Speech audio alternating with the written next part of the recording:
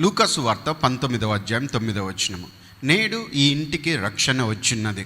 యేసయ్య ప్రణాళిక ఎప్పుడు కూడా కుటుంబాన్ని అంతటిని కూడా రక్షించడమే.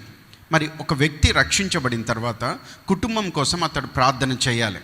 పస్కాను ఆచరించినటువంటి సమయంలో పశువును వధించి దాని యొక్క రక్తంను ఇంటి యొక్క గుమ్మంలకు రాశారు. అంటే నిలువుగా అడ్డంగా రాశారు. మరి ఎవరైతే ఆ ఇంట్లో ఉంటారో సంహార దూత వారిని తాకకుండా ప్రవేశించకుండా రక్తం అన్నది అడ్డుగా ఉంటుంది.